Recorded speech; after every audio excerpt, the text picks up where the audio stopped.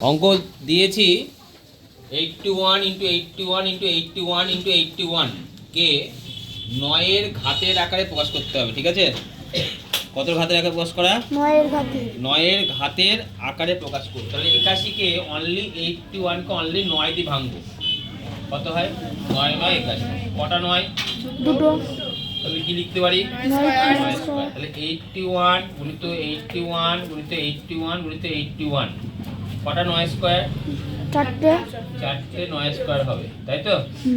এবার আমরা জানি গুণ করলে পাওয়ারে পাওয়ারে যোগ হয়। তাহলে কত হবে অ্যানসার বলো?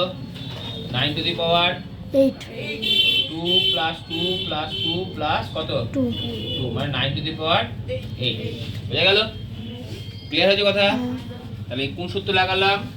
a to the power m গুণিত a to the power n গুণিত a to the power p যদি থাকে, তার মানে কত হবে বলো?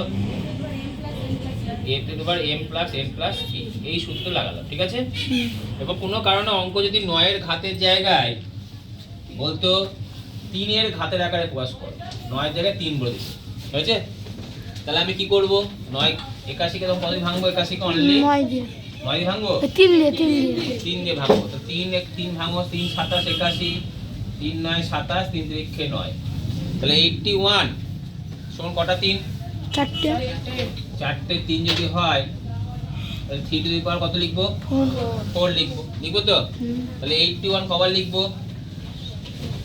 4 কবার লিখবো বলো? 4 বার। 4 বার লিখেছি।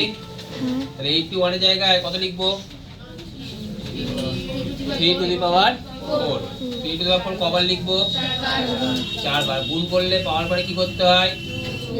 তাহলে 3 to the power 4 plus 4 plus 4 plus 4, তাহলে 3 টু দি পাওয়ার 16। বুঝতে পেরেছো? তাহলে এবার তোমাদের আমি কিছু অঙ্ক দিচ্ছি, সেগুলো একা একা করবে। প্রথম হচ্ছে 1 নম্বর অঙ্ক 8 গুণ 8 গুণ 8 গুণ 8, এটাকে 2 এর ঘাতের আকারে প্রকাশ করবা। ঠিক আছে, শুনে না ভালো করে। তারপরে 2 নম্বর অঙ্ক হচ্ছে 25 গুণ 25 গুণ 25, এটাকে করবা 5 এর ঘাতের আকারে প্রকাশ। ঠিক আছে। 3 নম্বর অঙ্ক দিলাম 36 গুণিত 36 গুণিত 36 গুণিত 36, এটাকে করবা 6 এর ঘাতের আকারে প্রকাশ। আর 4 নম্বর দিলাম 49 গুণিত 49 গুণিত 49 না 243 গুণিত 243 গুণিত 243 গুণিত 243, এটাকে 7 এর ঘাতের আকারে প্রকাশ করবে। ঠিক আছে।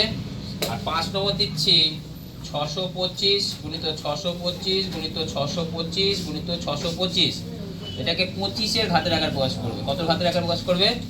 25। এই 5টা অঙ্ক একা একা নিজে নিজে করো।